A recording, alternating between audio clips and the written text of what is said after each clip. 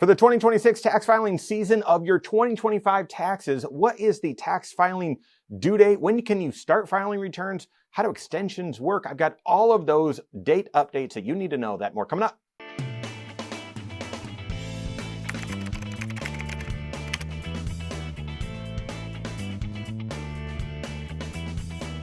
We all know April 15 is tax day, except we also know that April 15 is not always tax day if it lands on the weekend or if there's a special holiday that's unique just to Washington, D.C. So yeah, for 2026, here we are in the spring, that's when I'm recording this. For your 2025 taxes, what are the important dates that you need to know? Well, the start of tax season officially kicks off here soon. I'm recording this, it's just a few days away. Monday, January 26th is when you can start filing return. That's when the IRS is going to accept returns. You can do that with your CPA. You can do that with your CFP. You can do that online. You can do that directly. That's when the IRS is officially going to start accepting tax returns electronically. So you can go ahead and file January 31st. That's also an important tax day to know on your tax calendar. That is the day when you should receive most, by that time, receive most of your tax documents. So tax documents, your W-2, things like interest from the bank, your mortgage statement, your mortgage interest statement, those documents, all of those required, they've got to be in your hands, they've got to be to you by January 31st. At the time I'm recording this, likely you've already gotten a lot of those. But you need to be aware of a couple things with this. One is that many of these documents are coming electronically now. They are not going to mail the documents to you. And yeah, that is up to preferences, but I have seen it where those preferences are changed by default and you're not aware and you need to go back in and take action to say, no, I want it in the mail. So you gotta be diligent more and more every year. Banks, investment companies, that sort of thing, they're saying your documents are available online. They're not even emailing them to you. Your documents are available online, log in and get them. And so if you're just relying on the mail, like a lot of people have been, you might not get all your tax documents, and we don't want you to complete a return that is missing something, because shortly after that, you'll get a love letter from the IRS saying this is not accurate and with a notice, and it's going to be a big headache. So no, just yes, most documents you should be in your possession by January 31st, but some of them might be in your electronic possession, not your physical possession. So go out and get the ones online. That's the first warning with this. But the other one is I say most documents by January 31st, not all. And the big one here is your 1099s related to taxable investment accounts, your individual account, your joint account, those sorts of things. Those documents don't have to be out by the end of January. They used to be, but then so many of them would then issue a corrected statement middle of February or late February, and everyone would need to amend returns. It was a mess. So basically they no longer have to abide by that deadline, and instead they have to abide by we will get it to you as soon as possible, as soon as we can get you an accurate one. For many people, that is still close to the end of January, but a lot of people, that's mid-February, late February, sometimes early March. I mean, it's just, so be aware.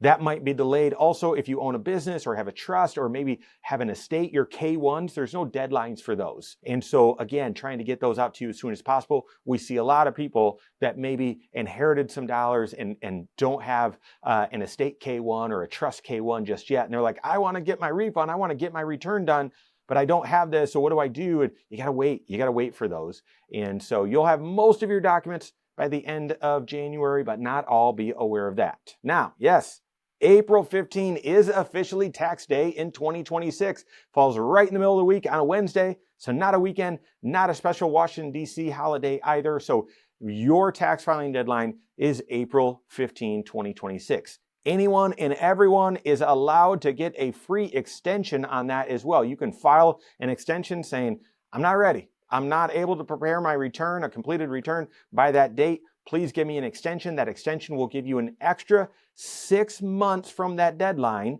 to file a completed and accurate tax return. So 6 months from April 15 gets it out to October 15. That is also middle of the week, so you are just fine. That is the deadline. As a reminder though, that's the deadline to an extended time to file a return. Your taxes are still due April 15, or really they're due when they're incurred, and you can actually pay everything and even get a refund and still get a penalty if you're not following the rules correctly. I've created a lot of content on that.